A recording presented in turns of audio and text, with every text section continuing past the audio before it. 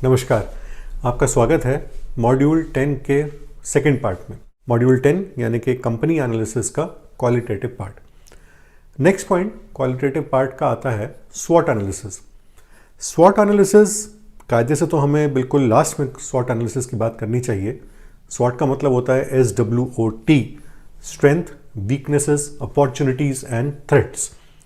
मैं स्वॉट एनालिसिस की बात यहाँ पे इसलिए कर रहा हूँ कि स्वॉट एनालिसिस कोई फाइनल कंक्लूजन नहीं होता किसी भी एनालिसिस का। ज़्यादातर मैंने देखा है कि इन्वेस्टर्स और एनालिस्ट्स स्वॉट एनालिसिस पे बहुत ज़्यादा अहमियत डालते हैं। स्वॉट एनालिसिस हमें एक स्नैपशॉट तो देती है उस कंपनी की स्ट्रेंथ्स, वीकनेसेस, अपॉर्चुनिटीज़ और थ्रेट्स का, बट जैसा कि हम देखते आ रहे हैं किसी भी एनालिसिस में किसी भी कंपनी को फाइनलाइज करने से पहले कितनी सारी इंफॉर्मेशन होती है, ये सारी की सारी स्वॉट एनालिसिस में कवर नहीं हो सकती। दूसरी बात, स्वॉट एनालिसिस हर कंपनी की अलग होगी, हर सेक्टर की अलग होगी, इसलिए स्वॉट एनालिसिस के लिए कोई एक चेकलिस्ट भी नहीं हो सकती, कोई सेट पॉइंट्स भी नहीं हो सकते स्वॉट एनालिसिस के लिए। कुछ पॉइंट्स तो कॉमन होंगे, जैसे कि उसकी कॉम्पिटिटिव एडवांटेज क्या है, उसके प्रोडक्ट्स की क्या एडवांटेज है, सर्विसेज की क्या एडवांटेज है, लेकिन बहुत सारे पॉइंट्स कॉमन नहीं हो सकते। तो जब पॉइंट्स कॉमन ही नहीं हो सकते तो स्वॉट एनालिसिस पे बहुत ज़्यादा डिपेंड नहीं किया जा सकता। फिर investor to investor, analyst to analyst, स्वॉट एनालिसिस के डिफरेंट पैरामीटर्स का परसेप्शन चेंज हो सकता है। हो सकता है कोई चीज़ जो मुझे स्ट्रेंथ लगे आपको ना लगे, कोई चीज़ जो मुझे थ्रेट लगे आपको ना लगे। स्वॉट एनालिसिस के बेस पे कभी भी अपने डिसीजंस को अफेक्ट नहीं करना चाहिए, खासतौर से उस स्वॉट एनालिसिस के बेस पे जो हमने खुद ना करी हो। कई बार हम वेबसाइट्स पे देखते हैं, बहुत सारे फाइनेंशियल वेबसाइट्स हैं जहां स्वॉट एनालिसिस हमको मिलती है किसी कंपनी की। वो स्वॉट एनालिसिस कई बार अपडेटेड भी नहीं होती, उसमें कई सारे पॉइंट्स ऐसे होते हैं जो अब रेलेवेंट भी नहीं होते। तो स्वॉट एनालिसिस यहां भी मिसगाइडिंग हो सकती है, खासतौर से अगर हम किसी और की करी हुई स्वॉट एनालिसिस फॉलो कर रहे हैं, क्योंकि हमें यह नहीं पता कि वो स्वॉट एनालिसिस कब क्रिएट करी गई थी।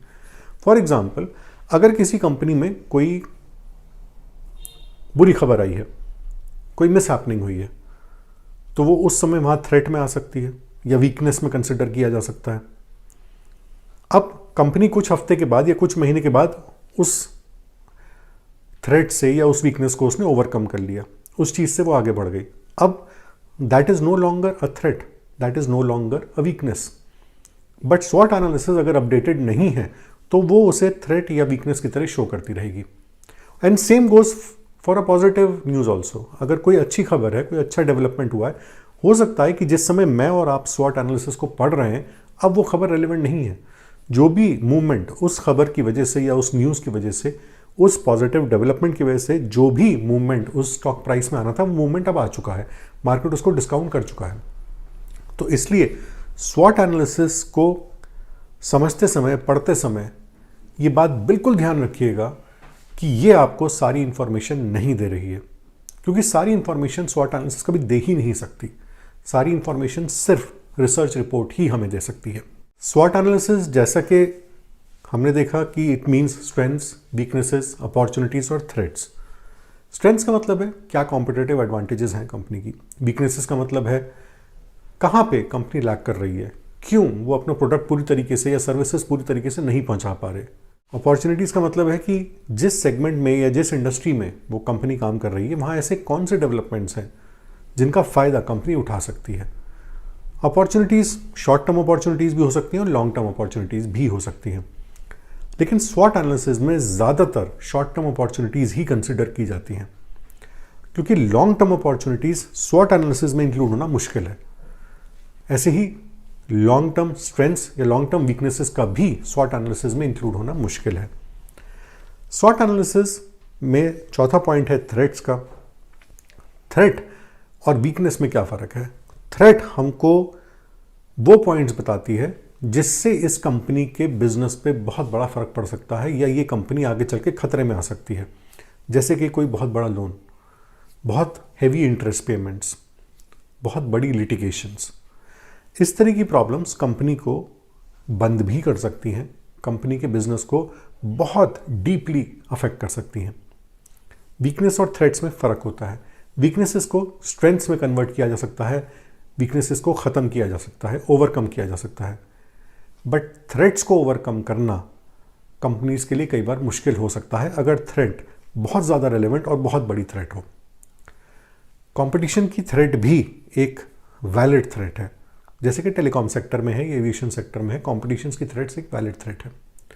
अगर मैं अपॉर्चुनिटीज़ की बात करूं तो जैसे आजकल पैंडेमिक के टाइम में एक हेल्थ केयर सेगमेंट के सामने अपॉर्चुनिटी क्रिएटेड है, बट ये अपॉर्चुनिटी हमेशा नहीं रहेगी। इसलिए किसी भी वेबसाइट पे या किसी भी एनालिस्ट की स्वॉट एनालिसिस को देखते समय ये बात हमेशा ध्यान रखिएगा कि ये एक टेम्पररी स्नैपशॉट है, ये सिर्फ शॉर्ट टर्म चीज़ों को ही कंसिडर करता है, क्योंकि स्वॉट एनालिसिस की जो नेचर है, जो बेसिक नेचर है इस एनालिसिस की, ये लॉन्ग टर्म डेवलपमेंट्स को कैप्चर कर ही नहीं सकता। लॉन्ग टर्म डेवलपमेंट्स ज़्यादातर परसेप्शन बेस्ड होते हैं, इकोनॉमी की समझ पे बेस्ड होते हैं। स्वॉट एनालिसिस में एक लाइन में या एक शब्द में उनको मेंशन नहीं किया जा सकता। इसलिए कभी भी स्वॉट एनालिसिस पे ओवर एम्फेसिस मत डालिएगा। मैं कभी भी स्वॉट एनालिसिस पे ओवर एम्फेसिस नहीं डालता। इनफैक्ट मैं अपनी कई रिसर्च रिपोर्ट्स में स्वॉट एनालिसिस मेंशन ही नहीं करता हूं। अगर मैं किसी रिसर्च रिपोर्ट में स्वॉट एनालिसिस मेंशन करता हूं तो उसकी डेट का नोट होना बहुत ज़रूरी है कि किस डेट पे ये स्वॉट एनालिसिस मेंशन की गई थी, ये नोट की गई थी।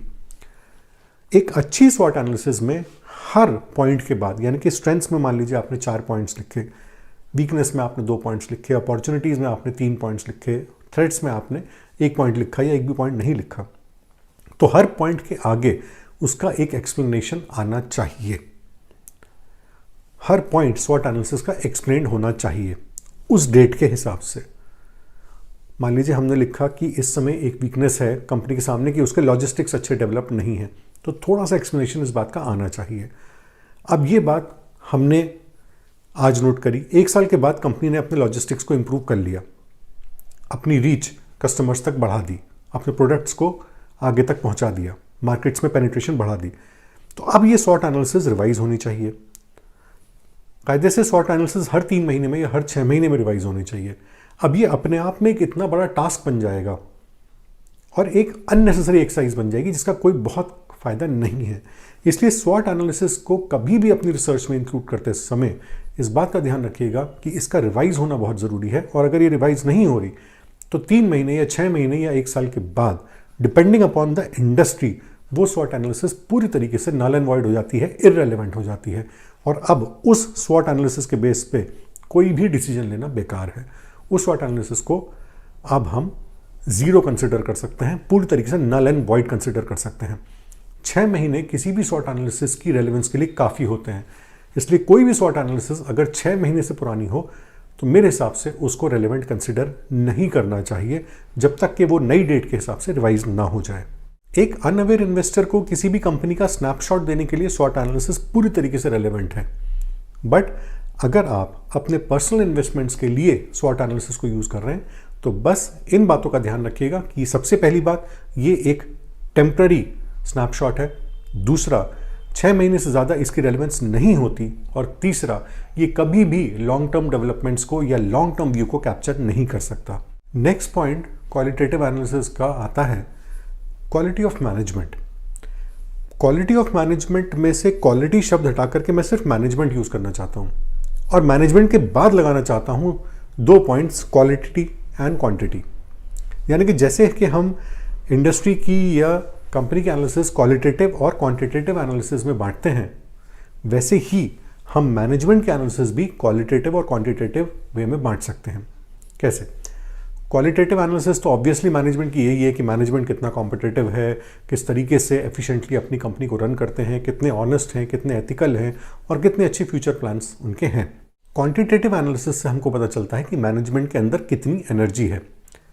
एक बड़ी अच्छी कहावत है, most of the startups die out not when they run out of cash, but when the founders, the management runs out of energy. ज़्यादातर कंपनीज का डिक्लाइन तब शुरू होता है जब मैनेजमेंट्स की एनर्जी खत्म हो जाती है। हो सकता है मैनेजमेंट्स ने कंपनीज को बहुत ऊंचे लेवल पे पहुंचाया हो, अपने बिजनेस को बहुत ऊपर तक लेके गई हो, बट उसके बाद एनर्जी खत्म, अब मैनेजमेंट को लगता है इससे ऊपर जाने की ज़रूरत नहीं है। जब भी कोई मैनेजमेंट ग्रो करने की इच्छा छोड़ देता है, ग्रो करने की विल पावर छोड़ देता है तो कभी ना कभी उसका डिक्लाइन शुरू होना ऑब्वियस है। कभी ना कभी उसको डिक्लाइन पे आना ही पड़ेगा क्योंकि उसके चारों तरफ कंपटीशन ग्रो करता रहेगा। ग्रोथ किसी भी इंडस्ट्री, किसी भी कंपनी का सबसे बड़ा फैक्टर है। जब भी कोई कंपनी या कोई इंडस्ट्री, कोई सेक्टर ग्रो करना बंद कर देता है तो वहाँ पे अब हमें मल्टीबैगर स्टॉक्स नहीं मिल सकते। कंपनीज के साथ भी ऐसा ही है। कंपनीज का ग्रो करते रहना, नए इनोवेशंस करते रहना, R&D में इन्वॉल्व रहना। जो कंपनीज R&D में इन्वॉल्व होती हैं, रिसर्च एंड डेवलपमेंट में इन्वॉल्व होती हैं, वो बहुत अट्रैक्टिव होती हैं। बट अगेन R&D वाला जो पार्ट है वो कंपनी का क्वेश्चन मार्क वाला पार्ट होता है। वो पार्ट हमेशा पैसा मांगता है, उसके अंदर पैसा खर्च होता है और ये पैसा जो खर्च किया जाता है ये क्वेश्चन मार्क होता है। इसकी वजह से कंपनी के रेवेन्यूज बढ़ भी सकते हैं लेकिन ये पैसा टोटल वेस्ट में भी जा सकता है क्योंकि सारी रिसर्च सक्सेसफुल नहीं हो सकती। तो कंपनीज की R&D होना एक अच्छी बात है, कंपनीज का ग्रो करते रहना एक अच्छी बात है। मैनेजमेंट्स का हमेशा अपने प्रोडक्ट्स को लेके, अपने कंपटीशन को लेकर के बहुत ज़्यादा अवेयर होना, बहुत ज़्यादा कॉन्शियस होना एक बहुत अच्छी बात है। ग्रो करते रहना किसी भी मैनेजमेंट की अपने शेयर होल्डर्स के प्रति एक बहुत ही ज़रूरी जिम्मेदारी है, एक बहुत ही इंपॉर्टेंट ऑब्लिगेशन है, रिस्पॉन्सिबिलिटी है किसी भी मैनेजमेंट की ग्रो करने की कोशिश करते रहना। क्योंकि जब तक सारा का सारा मैनेजमेंट आपके हाथ में, सारे शेयर्स आपके हाथ में, आप जो चाहे करिए, बट आपने पब्लिक को जब शेयर्स दे दिए हैं, जब पब्लिक आपकी शेयर होल्डर बन गई है तो अब आपकी रिस्पॉन्सिबिलिटी सिर्फ अपने लिए नहीं, अपनी कंपनी के लिए ही नहीं, इन हज़ारों लाखों शेयर होल्डर्स की तरफ भी बनती है। तो इसलिए अच्छा मैनेजमेंट वही है जो क्वालिटी के साथ साथ क्वांटिटी भी मेंटेन कर सके, यानी कि अपने एनर्जी लेवल्स को भी मेंटेन कर सके, अपनी ग्रो करने की विल पावर को, इच्छा शक्ति को भी मेंटेन कर सके। नेक्स्ट पॉइंट क्वालिटेटिव एनालिसिस का आता है प्राइसिंग पावर। प्राइसिंग पावर हमने कई तरीके से देखी, कई तरीके एनालिसिस में हमने देखी। सबसे ज़रूरी बात प्राइसिंग पावर में यही होती है कि प्राइसिंग पावर अगर किसी भी कंपनी के पास है अपने प्रोडक्ट को लेकर के तो क्यों है, इस बात को समझना, इस बात का जवाब ढूंढना बहुत ज़रूरी है। क्या ये प्राइसिंग पावर कंज्यूमर की मजबूरी की वजह से है या ये प्राइसिंग पावर अपने ब्रांड की वजह से है? यानी कि कंज्यूमर की मजबूरी है उस सामान को खरीदना, उस कंपनी से उस प्रोडक्ट को खरीदना, इसलिए ये प्राइसिंग पावर है कंपनी के पास, या कंपनी ने अपना ब्रांड इतना स्ट्रांग क्रिएट कर रखा है, कोई क्वालिटी, कोई सर्विस कंपनी इतनी अलग तरीके से प्रोवाइड कर रही है, इतनी अच्छी प्रोवाइड कर रही है कि लाख कंपटीशन होने के बावजूद भी कंज्यूमर जाकर के उनका ही प्रोडक्ट खरीदता है। अगर कंपनी मजबूरी का फायदा उठा करके प्राइसिंग पावर कर रही है तो ये प्राइसिंग पावर, जैसा कि मैंने पहले भी कहा था, मेंटेन नहीं होगी और कभी ना कभी एक बड़ा कंपटीशन उनके सामने आके खड़ा हो जाएगा जिसकी वजह से कंपनी का पूरा बिजनेस मॉडल कोलैप्स कर सकता है, क्योंकि कंपनी के सारे रेवेन्यूज, सारी प्रॉफिटेबिलिटी परसेंटेज इस प्राइसिंग पावर पे डिपेंडेंट है जो कि वो कंज्यूमर की मजबूरी का फायदा उठा के ले रहे हैं। इसके बहुत अच्छे एग्जाम्पल्स अगेन हमारे सामने टेलीकॉम और एविएशन थे। पूरी तरीके से ये बिजनेस मॉडल कोलैप्स हुआ क्योंकि जब कंपटीशन उनके सामने आके खड़ा हो गया और ये प्राइसिंग पावर एकदम से खत्म हो गई। दूसरी तरफ अगर एक स्ट्रांग ब्रांड क्रिएशन की वजह से कंपनी एक रीजनेबल प्राइसिंग पावर मेंटेन करती है, फॉर एग्जांपल नेस्कैफे या मैगी, ये ब्रांड्स कंज्यूमर्स के सबसे ज़्यादा पसंदीदा ब्रांड्स हैं, सबसे ज़्यादा मनपसंद ब्रांड्स हैं, बट इनमें भी कोई ऐसा नहीं है कि उनके रेट्स कोई बहुत एग्जॉर्बिटेंट कर रखे हैं। थोड़ा सा डिफरेंस है बाकी कॉम्पिटिटर से, जो कॉम्पिटिटिव जो ब्रांड्स हैं बाकी के उनके सामने, उनसे थोड़ा सा डिफरेंस है, थोड़ी सी ही एक्स्ट्रा प्राइसिंग पे अपने प्रोडक्ट्स को सप्लाई किया जाता है। ये थोड़ी सी एक्स्ट्रा प्राइसिंग जो मेंटेन की जाती है, इससे प्रॉफिट परसेंटेजेस बढ़ने से प्रॉफिट्स में बहुत ज़्यादा फर्क आ जाता है। लेकिन इतनी स्ट्रांग ब्रांड क्रिएशन के बाद भी ये कंपनीज अपने प्राइस बहुत ज़्यादा नहीं बढ़ाती क्योंकि इस बात का इनको पूरी तरीके से अंदाज़ा है कि एक स्ट्रांग ब्रांड क्रिएशन, एक strong customer loyalty combined with correct pricing, थोड़ी सी प्राइस को एक्स्ट्रा कर दीजिए, बहुत ज़्यादा उसे हद से बाहर मत जाने दीजिए, ये एक अल्टीमेट कॉम्बिनेशन है किसी भी बिजनेस को लंबे समय तक प्रॉफिटेबली रन करने के लिए। और यही फर्क है एक अच्छे और एक बुरे मैनेजमेंट में। बुरा मैनेजमेंट अननेसेसरली प्राइसिंग को बढ़ाने की कोशिश करेगा, लेकिन एक अच्छा मैनेजमेंट, समझदार मैनेजमेंट जो कि एक दूर की सोच लेके चल रहा है, वो कभी भी प्राइसिंग को आउट ऑफ कंट्रोल नहीं जाने देगा, चाहे कितना ही स्ट्रांग ब्रांड क्रिएशन क्यों ना कर चुके हों वो, चाहे कंज्यूमर की कितनी भी मजबूरी क्यों ना हो उनसे सामान खरीदने की। बट अपने आप को ज़्यादा से ज़्यादा लोगों के बीच में पहुंचाने के लिए और हमेशा मार्केट में अपने प्रोडक्ट्स को रेलेवेंट बनाए रखने के लिए वो प्राइसिंग बहुत ज़्यादा नहीं बढ़ने देंगे। दूसरी तरफ आते हैं टोबैको प्रोडक्ट्स। टोबैको प्रोडक्ट्स में गवर्नमेंट्स लगातार टैक्सेस बढ़ाती रहती है और टोबैको कंपनीज बिना सोचे समझे ये टैक्सेस पब्लिक को पास ऑन करते रहते हैं, अपने प्रोडक्ट्स की प्राइस बढ़ाते रहते हैं। बट क्योंकि इन प्रोडक्ट्स पे उनके कंज्यूमर्स की डिपेंडेंस है, एडिक्शन है, इसलिए कंज्यूमर्स हमेशा रेडी रहते हैं उस प्राइस को पे करने के लिए। चाहे सिगरेट की कीमत 2 रुपये हो, चाहे 20 रुपये, चाहे 30 रुपये, उतनी ही सिगरेट्स पिएंगे जिनको आदत है। अगर किसी को 10 सिगरेट रोज़ पीने की आदत है तो 10 सिगरेट ही पिएंगे। बट ये एडिक्शन हर जगह वैलिड नहीं होता, इसलिए ज़्यादातर कंपनीज अपने प्रोडक्ट्स को बहुत ज़्यादा हाईली प्राइस नहीं रख सकते, चाहे कुछ भी हो जाए। नेक्स्ट पॉइंट आता है ऑर्गेनाइजेशन का स्ट्रक्चर क्या है। देखिए, ज़्यादातर हम लोग फोकस कर रहे हैं मल्टी बैगर स्टॉक्स पे। Multibagger stocks growth stocks होते हैं, इसमें फोकस स्मॉल कैप कंपनीज पे रहता है। स्मॉल कैप कंपनीज छोटी कंपनीज होती हैं जो कि ज़्यादातर किसी एक फैमिली के अंदर लिमिटेड होती हैं। एक अच्छी ऑर्गेनाइजेशन के अंदर एक अच्छी हायरार्की फॉलो होती है, यानी कि बहुत क्लियर कट ये डिस्टिंक्शन होता है कि कौन चेयरमैन है, कौन इसके डायरेक्टर्स हैं, कौन इंडिपेंडेंट डायरेक्टर्स हैं, उनके नीचे कौन लोग काम करते हैं, टॉप मैनेजमेंट कौन सा है, उसके नीचे कौन सा मैनेजमेंट का पार्ट आता है और फिर एम्प्लॉयज़ कौन से हैं। इस तरह की जो हायरार्की कहलाती है ये बहुत अच्छी तरीके से मेंटेन होती है अच्छे ऑर्गेनाइजेशंस के अंदर। कई बार छोटी कंपनीज में ये हायरार्की इतनी अच्छी तरीके से मेंटेन नहीं हो पाती और ज़्यादातर डिसीजंस एक फैमिली के बीच में ही रहते हैं।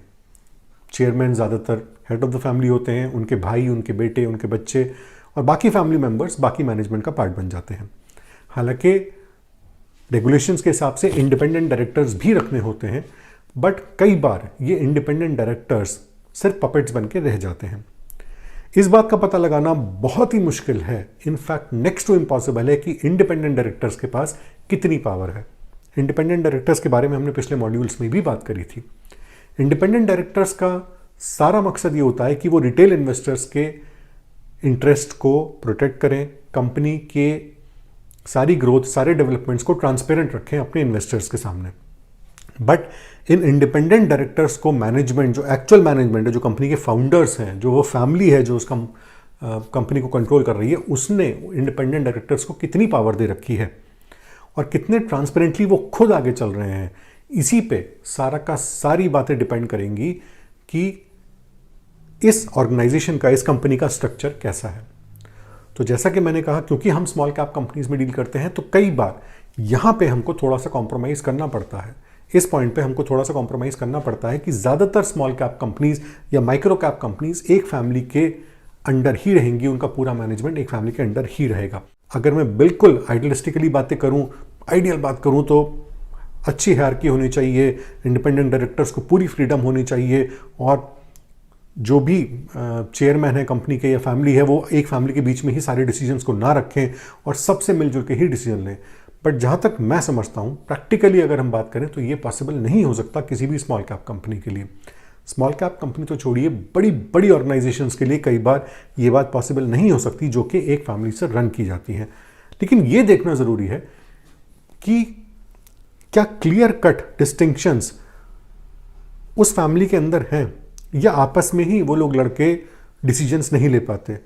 कम से कम जो भी फैमिली के मेंबर्स हैं जिन्होंने अपने आप को जो भी पोस्ट दी है, कम से कम वो पोस्ट ऑनर होनी चाहिए। अगर चेयरमैन है तो उनकी बात चेयरमैन की तरह ही होनी चाहिए, एमडी है तो उनकी बात एमडी की तरह ही होनी चाहिए। ऐसा नहीं होना चाहिए कि सब आपस में लड़ भिड़ के और कोई भी कॉन्क्रीट डिसीजंस ना ले पाएँ, किसी भी तरीके से वो आगे की फ्यूचर गाइडेंस डेवलप ना कर पाएँ। ये नहीं होना चाहिए। इसका अंदाज़ हमको उनके एनुअल रिपोर्ट्स पढ़ के, उनके फ्यूचर प्लान्स के बारे में पढ़ के, टाइम टू टाइम जो कंपनीज डिस्क्लोजर्स देती हैं या कहीं पे अगर हमें मैनेजमेंट के इंटरव्यूज़ यूट्यूब पे मिल जाते हैं या इंटरनेट पे मिल जाते हैं, पेपर में मिल जाते हैं, कई बार उनके इंटरव्यूज़ टीवी में भी आते हैं, इन बातों से इस बात का आइडिया लगता है। अब ये कैसे पता लगाएं कि मैनेजमेंट ऑनेस्ट है या नहीं, जो ये कह रहे हैं वो ये करेंगे या नहीं, इसका पता हमको चलता है इनके पुरानी एनुअल रिपोर्ट से। किसी भी कंपनी की 2-3 साल पहले की या 4 साल पहले की एनुअल रिपोर्ट्स उठा के देखिए, उसमें देखिए कि उन्होंने फ्यूचर के लिए क्या गाइडेंस डेवलप करी थी। फ्यूचर गाइडेंस का मतलब है उन्होंने क्या कहा था आज से 4 साल पहले कि हम अगले 1 साल में क्या चीज़ अचीव करेंगे।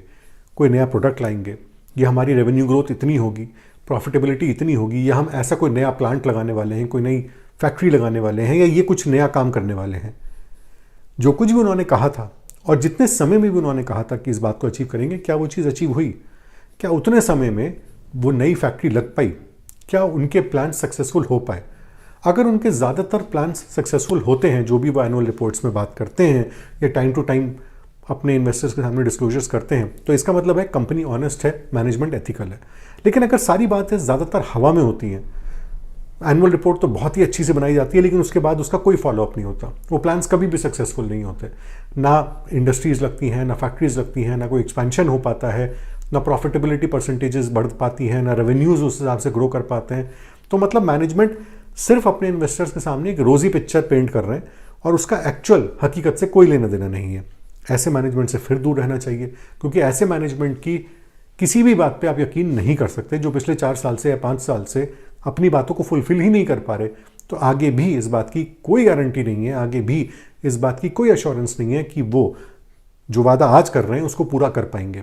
एनुअल रिपोर्ट से हमें मिलता है हमारी क्वालिटेटिव एनालिसिस का नेक्स्ट पॉइंट, वो है risks in the business. Companies annual reports में अपॉर्चुनिटीज़ के बारे में बात करती है, अपने प्लान्स के बारे में बात करती है, लेकिन मैनेजमेंट की ये रिस्पॉन्सिबिलिटी भी बनती है कि वो रिस्क्स के बारे में भी खुल के बात करें। अगर वो अपनी कंपनी, अपने बिजनेस, अपनी इंडस्ट्री और इकोनॉमी से रिलेटेड रिस्क के बारे में प्रैक्टिकल बातें नहीं कर रहे हैं, सिर्फ घुमा फिरा के बातें कर रहे हैं, या ब्रॉड इकोनॉमी में जो प्रॉब्लम्स हैं उसकी बात कर रहे हैं, अपने सेक्टर को डिस्कस नहीं कर रहे हैं, अपने प्रोडक्ट्स को डिस्कस नहीं कर रहे हैं, चाहे वो कंपटीशन को लेकर हो, चाहे वो रॉ मटेरियल्स को लेकर के हो, चाहे वो आगे की सप्लाई को, लॉजिस्टिक्स को लेकर के हो, चाहे कंज्यूमर डिमांड को लेकर के हो, अगर ये सारी बातें, ये सारे रिस्क्स ठीक से एड्रेस नहीं किए जा रहे हैं, इनके बारे में रिपोर्ट्स में ठीक से मेंशन नहीं है, और अगर मेंशन है तो इससे निपटने के लिए, इसको ओवरकम करने के लिए मैनेजमेंट ने क्या तैयारी कर रखी है।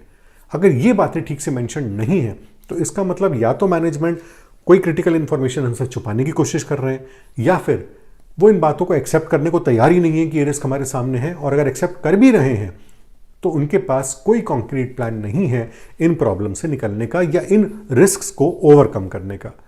आज हो सकता है कंपनी बहुत अच्छा काम कर रही हो, बट अगर वो फ्यूचर रिस्क्स को ठीक से एड्रेस नहीं कर सकती, फ्यूचर रिस्क को ठीक से आइडेंटिफाई नहीं कर सकती और अपने इन्वेस्टर्स के सामने डिस्क्लोज नहीं कर सकते, तो ऐसे मैनेजमेंट आगे चल के सक्सेसफुल नहीं हो सकते। कहीं ना कहीं वो फंस सकते हैं, क्योंकि ये बातें तो उन्होंने सोची ही नहीं थी जो आकर के उनके सामने खड़ी हो जाएंगी। वहीं एक समझदार मैनेजमेंट हर रिस्क को ठीक से एनालाइज करेगा, ठीक से डॉक्यूमेंट करेगा और एक सेट पाथ उसके सामने रखेगा कि अगर ये रिस्क हमारे सामने आता है तो हम इस तरीके से उसको फॉलो करेंगे, इस तरीके से उसको ओवरकम करेंगे। कोई भी इकोनॉमी, कोई भी इंडस्ट्री, कोई भी सेक्टर बहुत डायनेमिक होता है, स्टैटिक नहीं होते, रोज चेंजेस होते हैं। सारे चेंजेस का तो अंदाज़ा नहीं लगाया जा सकता, इसीलिए एनुअल रिपोर्ट्स हर साल तैयार की जाती हैं, क्योंकि हर साल आपके सामने नई इंडस्ट्री डायनेमिक्स होगी, हो सकता है आपके सामने नई अपॉर्चुनिटीज़ हों, नए रिस्क्स हों, नई थ्रेट्स हों। तो हर साल कंपनी के मैनेजमेंट क्या डिस्क्लोजर्स कर रहे हैं अपनी एनुअल रिपोर्ट्स में और किस तरीके से उसको फॉलो कर रहे हैं, ये बहुत ही इंपॉर्टेंट है मैनेजमेंट की एनालिसिस करते समय। एक अच्छे मैनेजमेंट के लिए जो अच्छा है वो तो पता होना ज़रूरी है ही, लेकिन जो गलत है और जो गलत हो सकता है उसके बारे में भी पूरी इंफॉर्मेशन होना बहुत ज़रूरी है। कई बार हमें क्या नहीं पता है ये पता होना बहुत ज़रूरी है। अगर कोई मैनेजमेंट बहुत ज़्यादा रेवेन्यूज़ के बारे में बात कर रहा है एनुअल रिपोर्ट्स में कि हम इतना पैसा कमाएंगे, हम इतनी फिगर्स अचीव कर लेंगे, तो मैं नहीं समझता कि ऐसा मैनेजमेंट कोई समझदार मैनेजमेंट है। लेकिन अगर मैनेजमेंट फिगर्स को साइड में रख के सिर्फ बिजनेस अपॉर्चुनिटीज़ के बारे में बात कर रहा है, सिर्फ आने वाले चैलेंजेस और अपॉर्चुनिटीज़ को ही डिस्कस कर रहा है कि इस तरीके से हम नया प्रोडक्ट लाएंगे, इस तरीके से हम लॉजिस्टिक्स डेवलप करेंगे, उसमें हमें ये प्रॉब्लम आ सकती है, हमारे सामने ये कॉम्पिटिटर्स खड़े हैं, हम इस तरीके से उस चीज़ को ओवरकम करेंगे, क्वालिटी इंप्रूव करेंगे, प्राइसिंग इंप्रूव करेंगे और इस तरीके से अपनी ब्रांड की पेनिट्रेशन बढ़ाएंगे, ब्रांड अवेयरनेस बढ़ाएंगे, एडवर्टाइजिंग करेंगे, तो वो एक समझदार मैनेजमेंट है और वो मैनेजमेंट है जिसका विजन पूरी तरीके से क्लियर है। एज अ रिसर्च एनालिस्ट मैं हर बार आपसे कहता हूं कि मैं फिगर्स पे बहुत ज़्यादा ध्यान नहीं देता जब तक कि मैं क्वालिटी को पूरी तरीके से समझ ना लूँ, क्वालिटेटिव एनालिसिस को पूरी तरीके से ओके ना कर दूँ। अगर क्वालिटेटिव एनालिसिस में कोई कंपनी कहीं फंस रही है तो फिगर्स तक, फाइनेंशियल एनालिसिस तक तो जाने का कोई मतलब ही नहीं बैठता। क्वालिटेटिव एनालिसिस में अगर कोई भी कंपनी, कोई भी इंडस्ट्री आपके सारे चेक पॉइंट्स को क्लियर कर पा रही है तो आप देखिएगा ऐसी कंपनीज के फाइनेंशियल्स भी हमेशा आपको अच्छे मिलेंगे। क्वालिटेटिव एनालिसिस ऑफ कंपनीज को पूरी तरीके से डिस्कस करने के बाद अब हम बढ़ेंगे नेक्स्ट मॉड्यूल की तरफ, जहां से हम शुरू करेंगे क्वांटिटेटिव एनालिसिस ऑफ कंपनीज। जय हिंद।